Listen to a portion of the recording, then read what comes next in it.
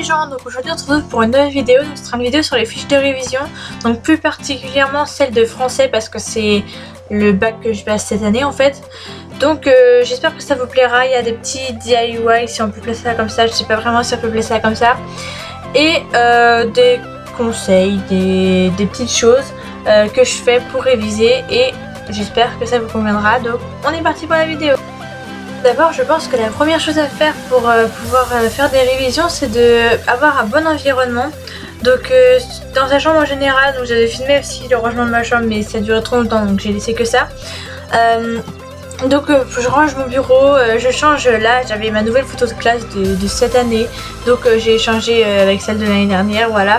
Comme ça, je me suis fait un environnement bien, calme et où je pouvais travailler parce que j'avais de la place et je me sentais bien, c'était plus le bordel.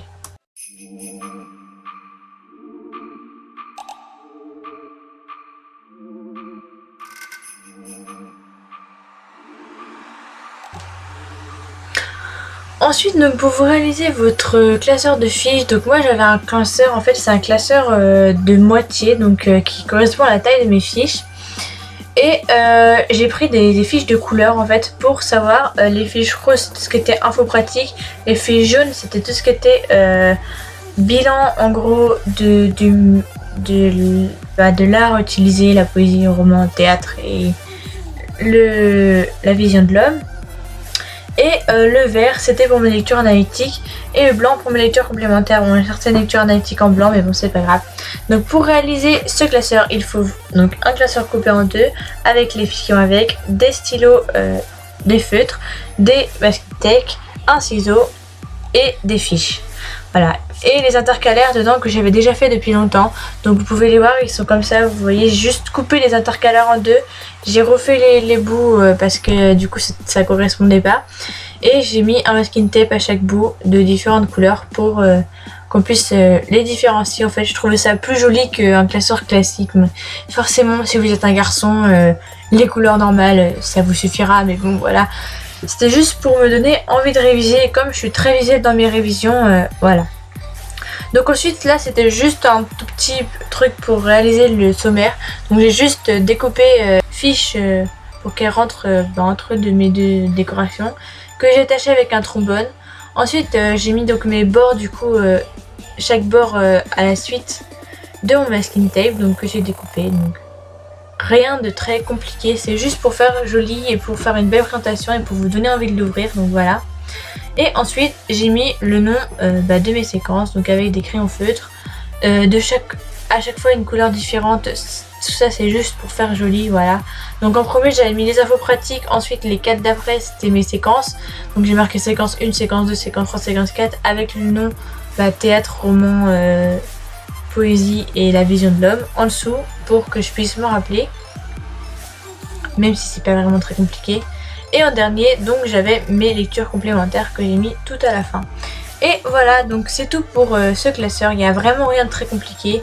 Ce qui est le plus compliqué, c'est de le remplir. Donc pour remplir ces fameuses fiches, il va vous falloir votre classeur de votre année, votre classeur de fiches, forcément, vos fiches, vos crayons feutres, donc moi je prends des feutres pour mettre de la couleur, vos lectures et vos lectures complémentaires. Bon ça c'est juste pour les relire, sauf si vous voulez faire les fiches sur les lectures complémentaires.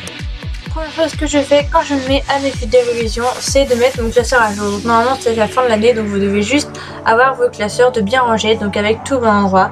Donc moi j'ai 4 intercalaires, j'ai mes 3 séquences, j'ai 5 intercalaires, mes 4 séquences plus à la fin les méthodes. Donc c'est les méthodes pour l'écrit. Je le mets pas dans mon classeur de révision les méthodes pour l'écrit parce que j'estime que j'ai pas besoin de le réécrire. Donc ensuite pour faire une fiche, donc il me faut forcément une fiche, votre classeur pour résumer, il faut bien résumer sur une fiche. Ensuite vous mettez donc le numéro de page en bas pour pas se perdre, le titre et en haut je mets ma lecture analytique avec laquelle je suis rendue et quelle séquence. Ensuite mon introduction générale avec surtout pour la première les informations sur l'auteur, la problématique et le plan, donc comme dans un commentaire. Donc là je l'avais oublié mais normalement je l'ai mis au début, donc en haut vous voyez que j'ai rajouté un truc en noir. C'est à quel acte on est rendu, à quel chapitre ou à quelle page pour savoir où c'est situé dans le livre. Donc ensuite pour mes parties, donc je fais juste le titre de la partie, une autre couleur pour le sous-titre et je résume bien. Donc je mets pas de procédé, enfin le moins possible, sauf ceux qui me paraissent vraiment importants parce que c'est pour l'oral et vous pourrez pas retenir tous les procédés pour l'oral.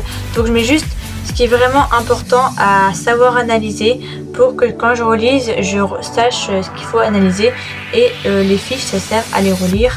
Enfin, en fait, moi je les écris pour clarifier tout dans ma tête, pour résumer et pour rendre en couleur.